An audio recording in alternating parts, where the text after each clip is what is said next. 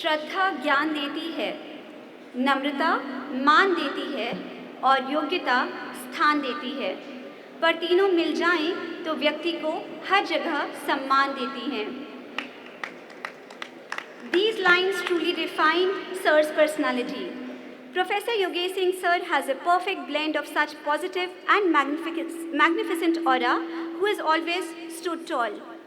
Every time I have to introduce Sir, I am in this confusion of whether to introduce his academic excellence, his leadership acumen, or his matchless, supreme personality. He is an academician par excellence who has touched the lives of innumerable students and peers. Sir is a leader who creates a vision, articulates a vision, passionately owns the vision, and relentlessly drives it to completion. Good morning. Professor J.P. Saini, Vice Chancellor, Delhi Technological University. Professor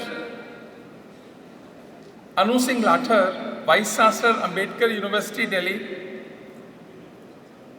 Dr. Raj Soin, CEO, Soin LLC, and alumnus of class of 1969, Delhi Technological University.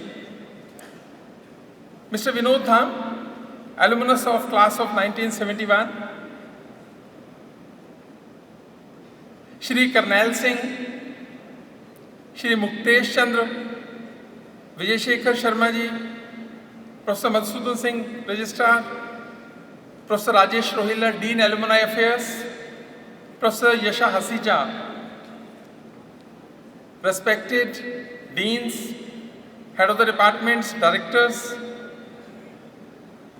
distinguished and accomplished alumni of this great institution, outstanding faculty members, invited guests, officers and officials of Delhi Technological University, my dear students, congratulations for having a function in the Raj Soin Hall. देखो, पहली बार जब कोई चीज़ होती है ना तो उसमें परेशानी होती है, तो आज थोड़ी सी परेशानी हुई है, लेकिन अगली बार ये और अच्छा बनेगा। जितना हमने अच्छा सोचा था उससे बहुत अच्छा बना, इसके लिए सैनी साहब को बहुत बहुत बधाई सबसे पहले तो। और दूसरी बात, डॉक्टर राज सोइन जिनके कारण ये बना, उनको बहुत बहुत बधाई and we are proud of you sir.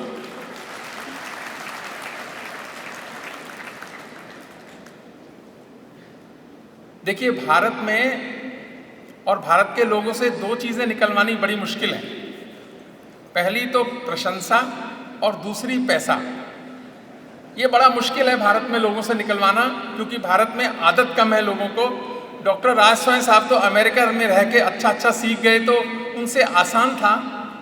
इसलिए हमने पहले सोचा ना कि लो हैंगिंग फ्रूट्स पहले लेने चाहिए, तो आसान की तरफ अटेम्प्ट लिया, पर कोई भारत में रहता उससे आसान नहीं है निकलवाना। और दूसरा, अगर निकलवा भी लिया तो उस एक्सपेक्टेशन पे खरे उतरना बिल्कुल आसान नहीं है। मैं सैनी साहब का मन से आभार व्यक्त करता हूँ कि उन्होंने इस प्रोजेक्ट को पूरा किया, जो आसान बिल्कुल नहीं था। और हम डॉक्टर राज सोइन साहब की अपेक्षाओं पे कुछ खरे उतरे, और जितने भी DTU के एलुमनाई हैं, उनकी आशाओं पर कुछ खरे उतरे, और एक आज बहुत अच्छी शुरुआत हुई। उसके लिए आप सबको बहुत बहुत बधाई, बहुत बहुत आभार आप सभी का। जब मैं यहाँ दो वाइस चांसलर स्टेज पे बैठे हैं,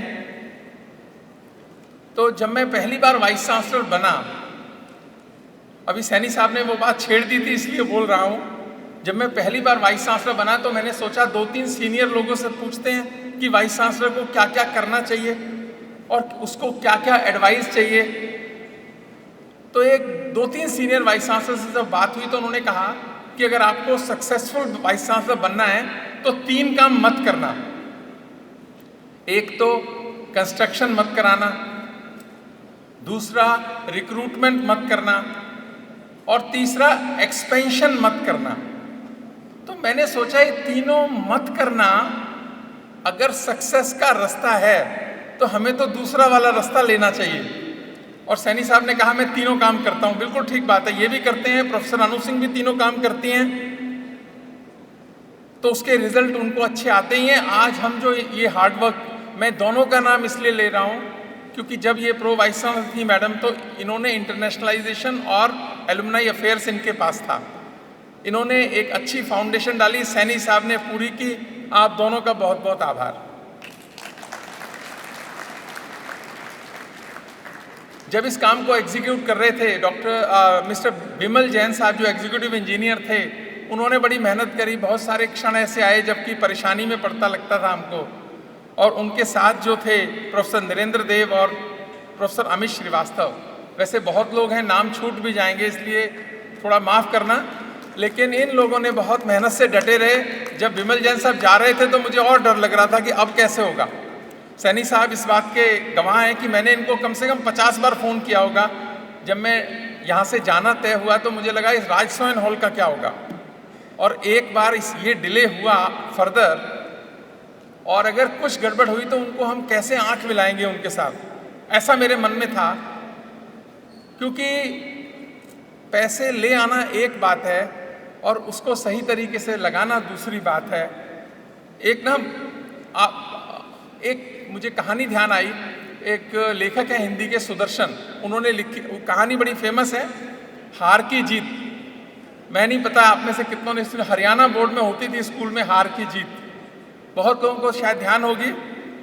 तो उसमें कहानी क्या है कि एक साधु होते हैं बाबा भारती, उनका एक घोड़ा होता है उनके पास।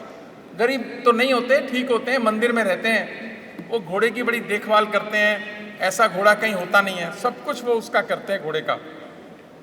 उसका नाम था सुल्तान, और उससे बड़ा प्यार करते हैं, सेवा करते हैं, खाना देते हैं, सब कुछ देते हैं। और वो कहते थे कि अगर सुल्तान नहीं रहा तो मैं जीवित नहीं रह पाऊंगा। उसकी ख्याति थी घोड़े की बड़ी ज़बरदस्त, उसके साथ लेके घूमते भी थे वो उस घोड़े को।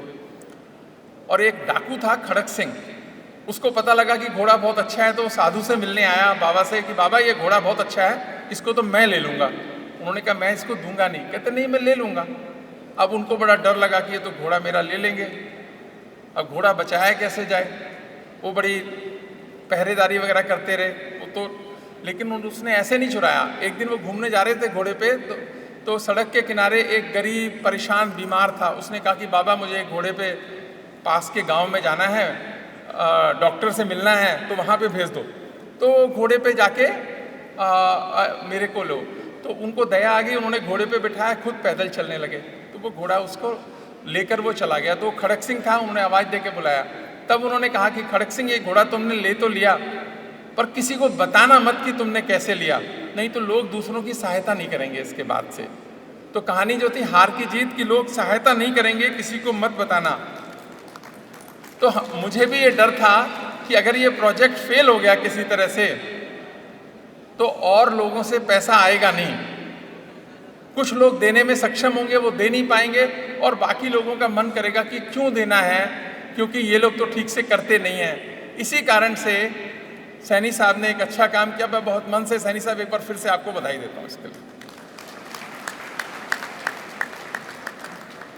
क्योंकि अगर जरा भी, हम तो बहुत शुरुआत कर रहे हैं कि कोई भी राजस्वाइन फिर क्यों पैसा देगा, भले ही कितना प्यार करता हो, सम्मान करता हो, वो पैसा नहीं देगा अगर हम उस पर खरे नहीं उतरेंगे। तो यहाँ के जो अब राजेश रोहिला साहब और उनकी टीम है, उनका काम है कि उनकी अपेक्षाओं पे खरे उतरना। फिर भी डॉक्टर राजस्वाइन साहब, आपको बहुत बहुत बधाई, आपकी पेशेंस के लिए, आपकी गुड डीड्स के लिए, अच्छे मन के लिए और पैसा देने के लिए। सबसे अच्छी बात है कि ये 300 दिन यूज़ होगा। ये इस तरह से डिज़ाइन हुआ है कि यहाँ पे स्पोर्ट्स हो सकता है, क्योंकि अगर हम सोचते थे कि मल्टीपर्पल हॉल बनाएं तो हमारे पास इतने बड़े हॉल को भरने की ताकत तो है नहीं, सिर्फ 2 दिन भर सकते हैं, कॉन्वोकेशन के दिन और ओरिएंटेशन प्रोग्राम के दिन। बाकी तो इतना बड़े हॉल को भरना आसान नहीं है किसी के लिए। अगर स्पोर्ट्स होगा, इसमें 300 दिन बच्चे खेलेंगे। और दिल्ली यूनिवर्सिटी, अभी नेशनल एजुकेशन पॉलिसी तो अब आई, लेकिन हमने 3-4 साल पहले स्पोर्ट्स को, कल्चर को करिकुलम का पार्ट बनाया, तो एक बहुत उसके अच्छे परिणाम आए। इसी कारण से अब जब नेशनल एजुकेशन पॉलिसी में वो मैंडेटरी हो गया है, ये हॉल रोज़ यूज़ होगा, 300 से ज़्यादा दिन यूज़ होगा। तब ही राज सोहन साहब की इसके जो कंट्रीब्यूशन है उसकी सार्थकता पूरी होगी। तो ये तो प्रॉमिस यूनिवर्सिटी को करना ही चाहिए कि 300 से ज़्यादा दिन इसको इस्तेमाल करेंगे। और एक और बात है कि इससे क्या होता है कि एक अच्छे देने के भाव का निर्माण होता है, क्योंकि बड़ा किसी को बनना है तो देने से बड़ा बनता है, लेने से बड़ा नहीं बनता। और अपने सिस्टम में क्या होता है, कोई वाइस चांसलर कहीं गया या एक ऑफिसर आया तो पूछता है इसमें से मेरे को लेने को क्या है।